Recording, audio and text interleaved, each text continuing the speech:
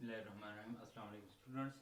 तो आज हम डिस्कस करते हैं the time independent Schrodinger wave equations, जिसे सिंपली श्रोडिंगर वेव इक्वेशंस भी कहा जाता है। तो श्रोडिंगर वेव इक्वेशंस को डिस्कस करने के लिए यहाँ पर हम यूज करेंगे क्लासिकल रिजल्ट।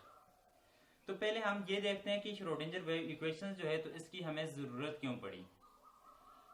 क्लासिकल ऑब्जेक्ट में ये कहते थे कि if a macroscopic object are move, suppose करते हैं यहाँ पर ये कोई भी बॉल है, मैक्रोस्कोपिक ऑब्जेक्ट है, ऐसे कह लें ये कोई भी बॉल है मैक्रोस्कोपिक ऑब्जेक्ट, और ये मैक्रोस्कोपिक ऑब्जेक्ट मूव कर रहा है, तो इस मैक्रोस्कोपिक ऑब्जेक्ट की सर्टेन वेलोसिटी v होगी।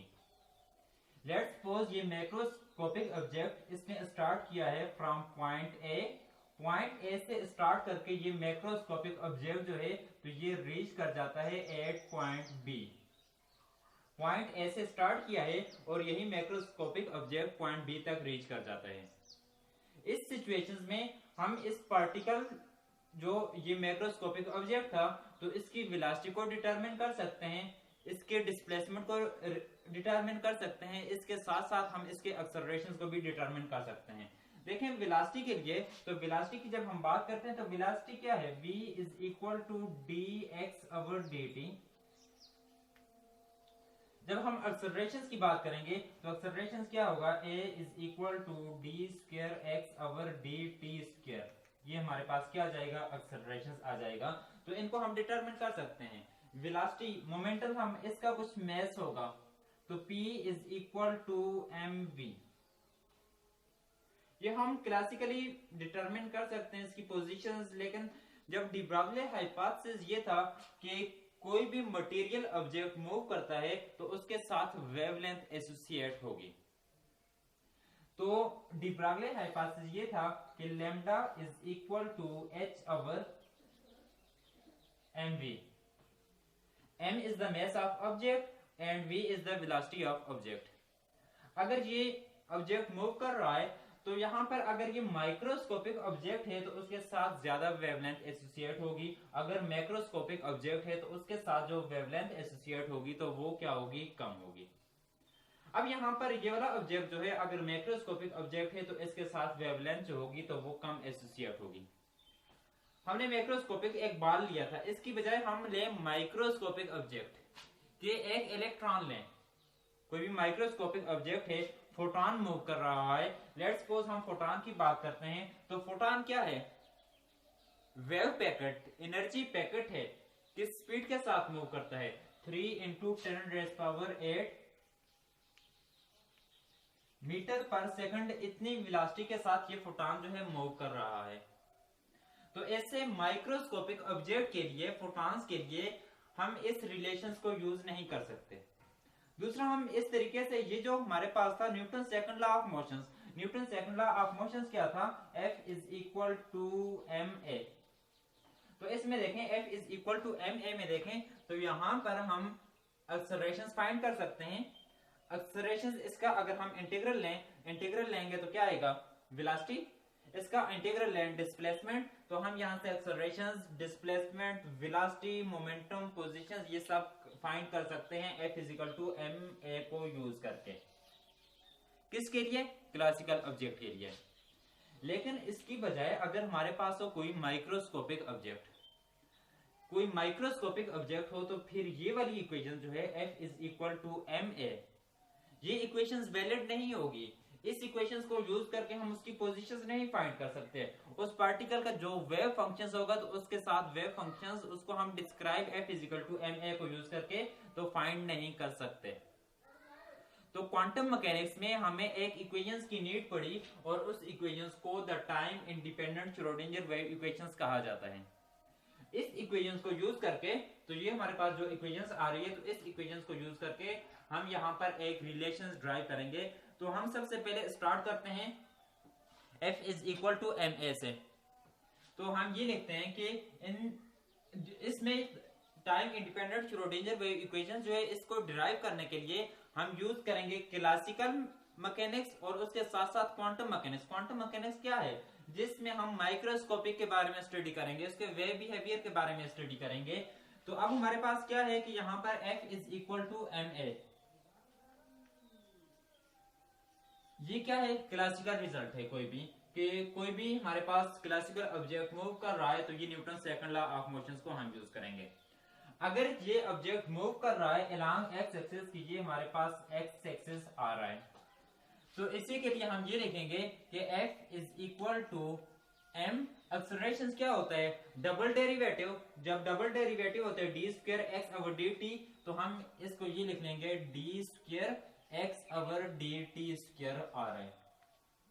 अगर हम y एक्सिस की बात करें, जब हम y एक्सिस की बात करेंगे तो उसमें ये लिखेंगे d square y over d t square, z axis के लिए d square z over d t. तो इस तरीके से हम ये लिख सकते हैं। इसको नाम दे दें इक्वेशन नंबर 1। ये हमारे पास इक्वेशन 1 आ गई।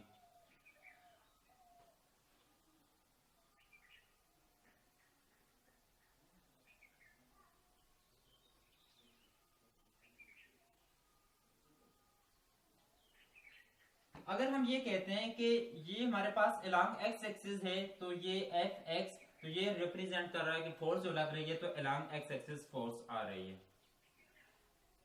इसी के साथ हम एक रिजल्ट यूज करेंगे कि सपोज दैट ये कोई भी दो रिजिड सपोर्ट हैं। इन रिजिड सपोर्ट में यहां पर कोई भी स्ट्रिंग है, ये स्ट्रिंग है। इस स्ट्रिंग को यहां से प्लग आउट करें तो ये स्ट्रिंग यहां से वाइब्रेट होने शुरू कर देगा।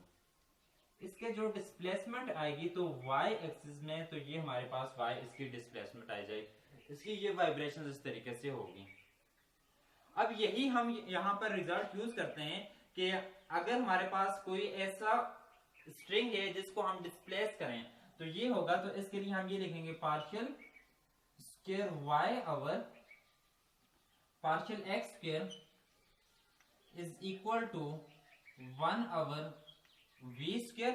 तो v रिप्रेजेंट कर रहा है कि जिस वेलोसिटी के साथ इसकी जो स्ट्रिंग की वेलोसिटी होगी तो उसकी वेलोसिटी को रिप्रेजेंट कर रहा है, और साथ ये partial square y over partial t square. अब ये क्लासिकल रिजल्ट को हम यूज कर रहे हैं। अभी हम क्वांटम मैकेनिक्स जो है तो क्वांटम मैकेनिक्स रिजल्ट की तरफ नहीं आए। अगर इसी इक्वेशंस को in term of wave functions, इस इक्वेशंस को in term of wave functions की फॉर्म में लिखें तो वेव फंक्शंस हमारे पास क्या है कि हम यहां पर डिस्प्लेसमेंट की बजाय यूज करें वेव फंक्शन साई। जब हम वेव फंक्शन साई यूज करेंगे तो y जो है तो इसको हम साई से रिप्लेस कर देंगे। साई क्या है, साई रिप्रेजेंट कर रहा है वेव फंक्शंस। वेव फंक्शंस क्या है कि Sai x y z and t, कि ये कोई भी हमारे पास पैरामीटर आ रहा है। अब देखें इस इक्वेशंस में हम y की जगह अगर वेव फंक्शन साई यूज करें तो ये बन जाएगी partial square psi over partial x square is equal to 1 over v square partial square psi over partial t square. इसको नाम दें इक्वेशन 2 का, तो ये इक्वेशन 2 आ जाएगी।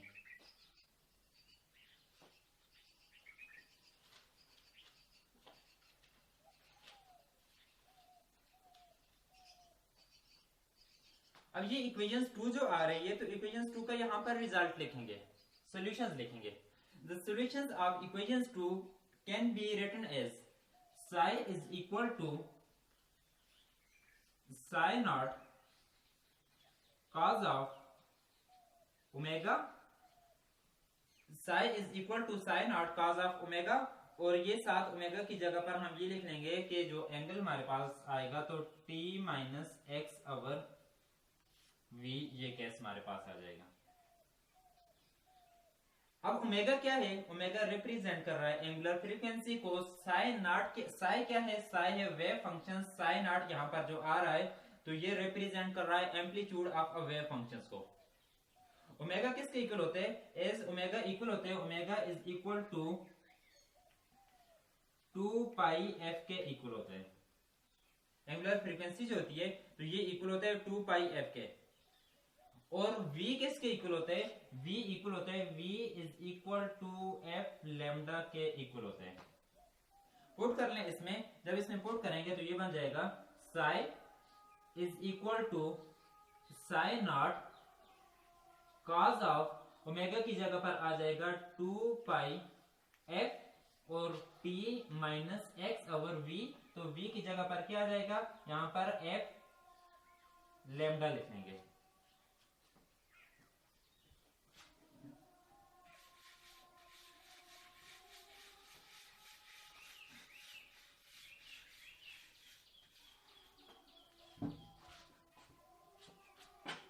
नेक्स्ट हमने ये करना है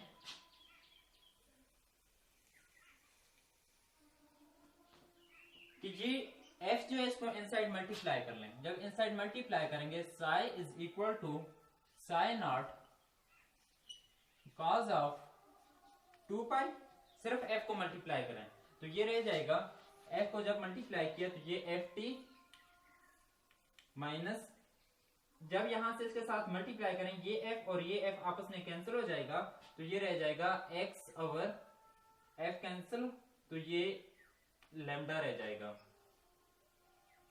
तो इसकी जगह पर x ओवर लैम्डा आ जाएगा। अब यहां पर देखें कि ये इक्वेशन जो है तो ये क्या आ रही है, partial square psi over partial x। तो अब यही वाली जो इक्वेशंस आ रही है तो इस इक्वेशंस का हम क्या लेंगे, डेरिवेटिव। जब इस इक्वेशंस का हम डेरिवेटिव लेंगे, 2 टाइम डेरिवेटिव लेंगे तो फिर हम पुट करेंगे इक्वेशंस 2 में। 2 टाइम डेरिवेटिव लेकर तो इसको पुट करेंगे इक्वेशंस 2 में। तो इसका फर्स्ट हम डेरिवेटिव लेंगे तो ये हमारे पास आ जाएगी partial psi over partial x is equal to, यहां पर ये साइन नॉट कास, तो कास का डेरिवेटिव क्या आएगा, माइनस साइन, तो कास की जगह पर इसका derivative minus sine, minus sine तो माइनस में यहां पर लिख लेता हूं, minus sine 2 pi f t minus x over lambda. ये क्या आ गया, कास का डेरिवेटिव। तो नेक्स्ट क्या करेंगे कि जो इनर फंक्शन जो हमारे पास होगा तो उसका डेरिवेटिव लेंगे। जब इनर फंक्शंस का हम डेरिवेटिव लेंगे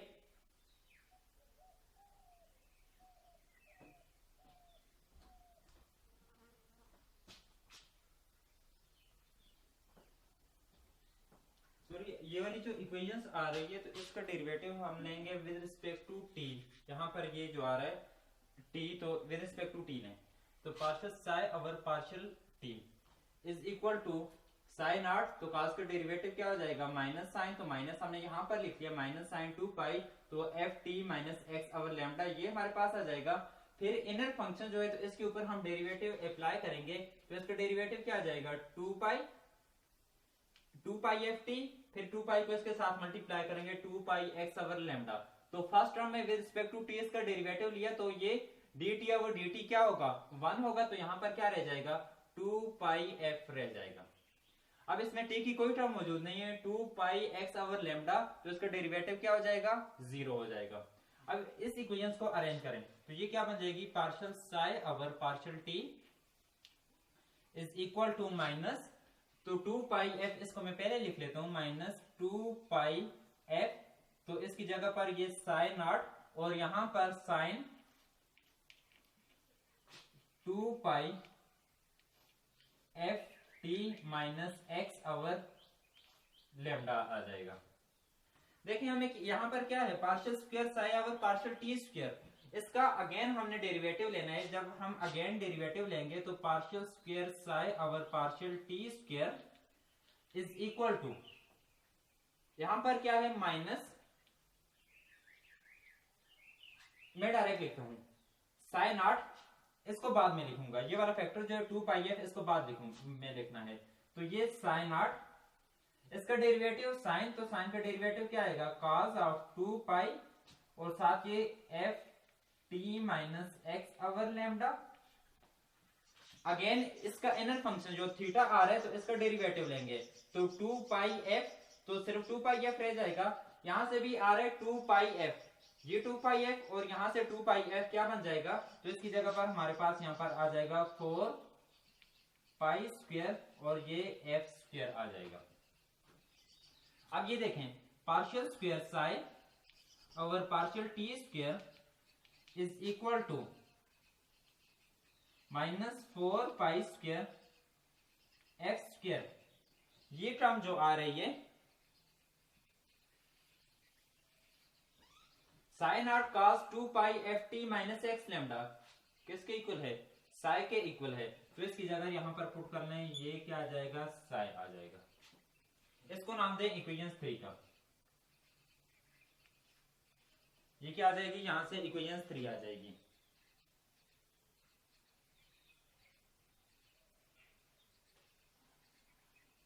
इक्वेशन 3 जो आ रही है, तो इक्वेशन 3 को पुट करेंगे इक्वेशन 2 में। जब इक्वेशन 2 में पुट करेंगे तो क्या आ जाएगा? Partial square psi over partial x square is equal to 1 over v square. Partial square psi over partial t square, तो इसकी जब मैं वैल्यू पुट करूंगा तो ये टर्म क्या बन जाएगी? माइनस, ये वाला माइनस आ जाएगा 1 ओवर वी स्क्वायर 4 पाई, बल्कि इकट्ठे ही लिखें इसको,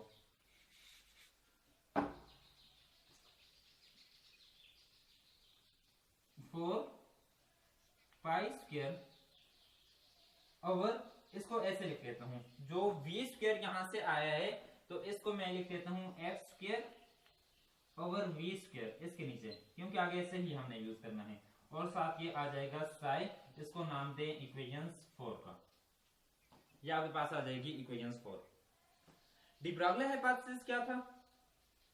या अभी हमने रिलेशन यूज किया था v is equal to f lambda के इक्वल है, ये वाला रिलेशन। तो इससे लैम्डा की वैल्यू फाइंड करें।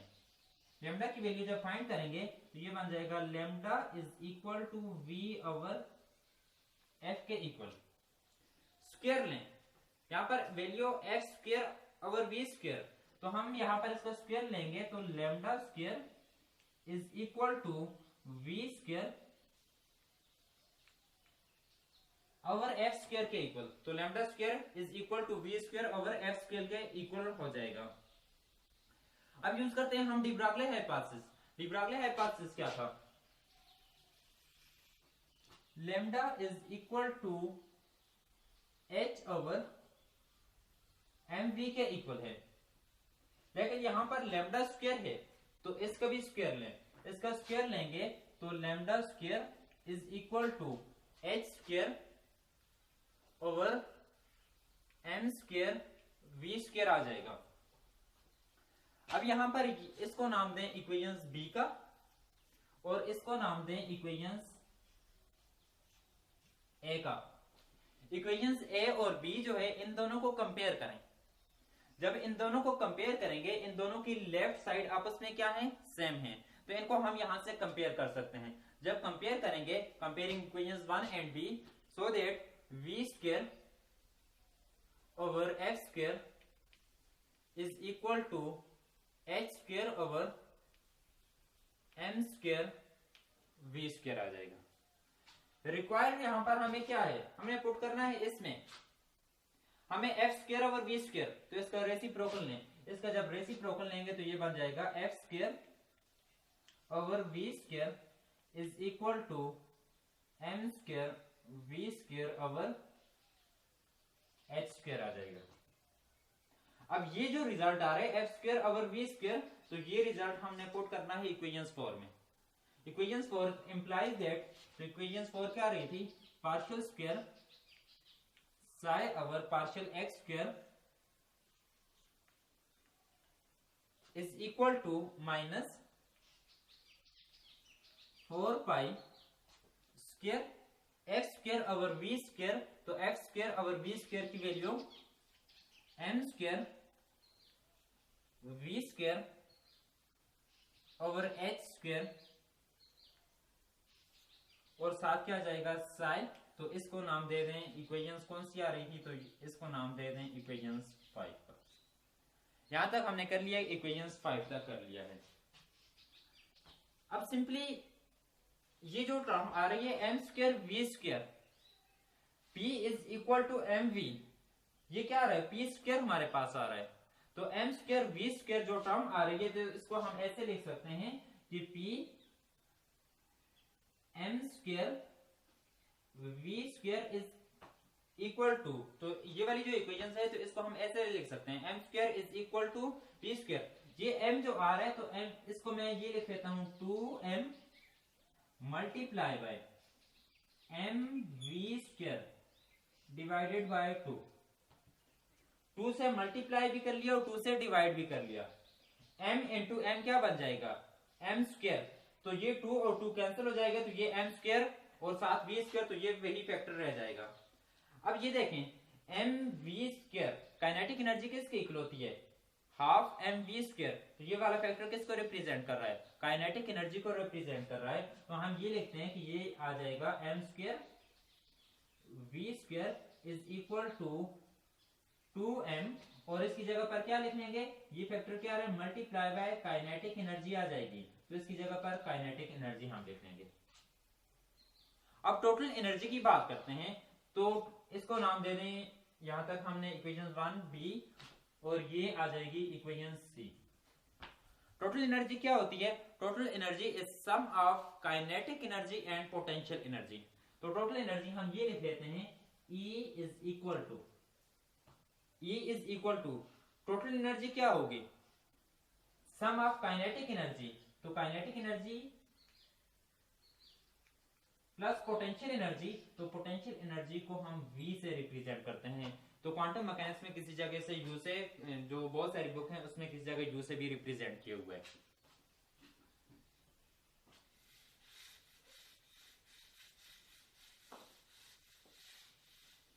इक्वेशंस 2 याद रखनी है क्योंकि हमने दोबारा इक्वेशंस 2 जो है ये यूज करनी है। देखिए अब यहां से काइनेटिक एनर्जी की वैल्यू फाइंड करें, काइनेटिक एनर्जी की वैल्यू फाइंड करेंगे तो kinetic energy is equal to E minus V। Kinetic energy की वैल्यू जो आ रही है तो इसको पुट करें इक्वेशन C में, जो यहां से काइनेटिक एनर्जी की वैल्यू आ रही है इक्वेशन C में पुट करें, इक्वेशन C में पुट करेंगे तो क्या बन जाएगी, m square v square is equal to 2m kinetic energy की वैल्यू, तो इनटू काइनेटिक एनर्जी है तो E minus V, kinetic energy की वैल्यू आ गई। अब ये जो काइनेटिक एनर्जी की वैल्यू आ रही है, क्या ये एम स्क्वायर वी स्क्वायर की वैल्यू, तो यहां पर देखें इक्वेशन 5 में ये क्या है, एम स्क्वायर वी स्क्वायर, तो इस वैल्यू को वहां पर पुट कर लें एम स्क्वायर वी स्क्वायर, तो इक्वेशन 5 क्या बन जाएगी, partial square psi over partial x square is equal to क्या रहे, 4 पाई स्क्वायर, इक्वेशन 5 में पुट कर रहे हैं 4 पाई स्क्वायर और साथ माइनस भी आ रहा है, ये माइनस 4 पाई स्क्वायर। अब एम स्क्वायर वी स्क्वायर, तो उसकी जगह पर हम क्या यूज करेंगे, 2m E minus V over h square, और ये साथ क्या आ जाएगा, साई आ जाएगा।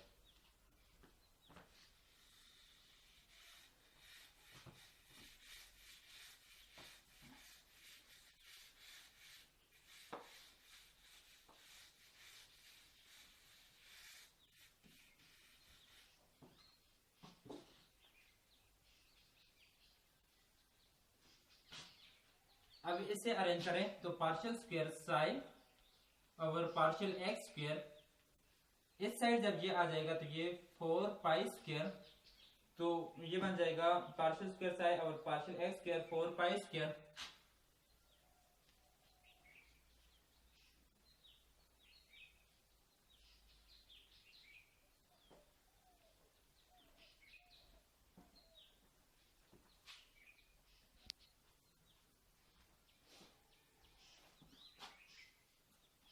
तो 4 पाई स्क्वायर इसको ऐसे लिखना, मल्टीप्लाई कर लें तो इसकी जगह पर आ जाएगा 8 पाई स्क्वायर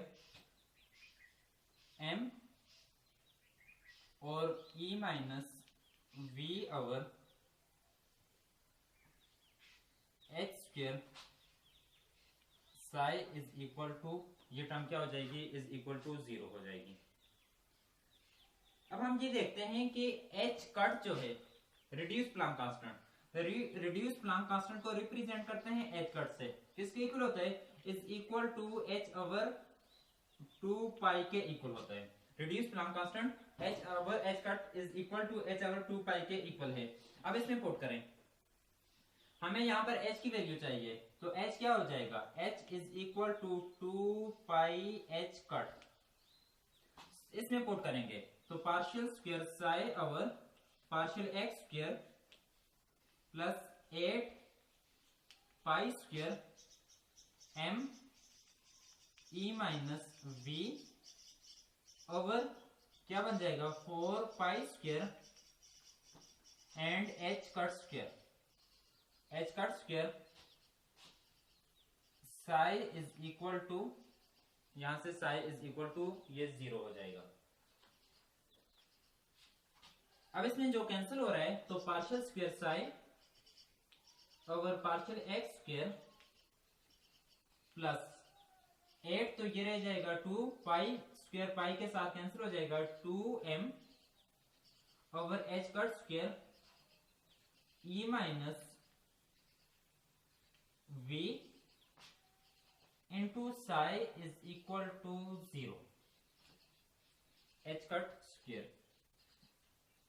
अब ये जो इक्वेशंस आ रही है तो ये इक्वेशंस रिप्रेजेंट कर रही है Schrodinger wave equations in a one dimensional case along x axis. अगर हम ये कहें कि श्रोडिंगर वेव इक्वेशंस को लिखना है अलोंग वाई एक्सिस तो क्या होगा, partial square psi over partial y square plus 2m over h cut square e minus v into psi is equal to 0 for y। इसी तरीके से हम ये लिख सकते हैं Schrodinger wave equations for z axis, तो z एक्सिस के लिए इसी तरीके से लिख सकते हैं। अब पार्शियल की बजाय हम ऐसे भी लिख सकते हैं, ये श्रोडिंगर वेव इक्वेशंस है d square psi over dx square along x axis plus 2m over h cut square e minus v into psi is equal to 0। इस तरीके से भी हम श्रोडिंगर वेव इक्वेशन जो है तो लिख सकते हैं। जब हमारे पास 3 डायमेंशनल केस हो, in case of 3 dimensional case, तो Schrodinger wave equations can be written as del square psi is equal to del square psi plus 2m over h cut square e minus v into psi is equal to 0। ये 3 dimensional case में है। del किसके इक्वल होता है, del is equal to partial over partial x I unit vector plus partial over partial y j unit vector plus partial over partial z के unit vector के equal होता है। डेल स्क्वायर लें तो partial square over partial x square, partial square over partial y, तो इसमें जब put करेंगे तो partial square over partial x square plus partial square over partial y square plus partial square over partial z square psi plus 2m over h cut square e minus v into psi is equal to 0। तो ये जो last expression आ रहा है तो ये Schrodinger wave equations for 3 dimensional case, तो 3 dimensional case में Schrodinger wave equations आ रही है। तो आज के लिए इतना काफी है। तो नेक्स्ट जो होगा तो नेक्स्ट लेक्चर में हम पढ़ेंगे applications of Schrodinger wave equations, तो इसकी डिफरेंट एप्लीकेशंस को पढ़ें। यहाँ पर देख लें कि ये जो है तो इसको हम ऐसे भी लिख सकते हैं, साई जो वेव फंक्शंस आ रहा है तो इसको साई एक्स y z और t ऐसे डिस्क्राइब कर सकते हैं। तो नेक्स्ट लेक्चर में हम डिस्कस करेंगे applications of Schrodinger wave equations. तो आज के लिए काफी है। अल्लाह हाफिज़।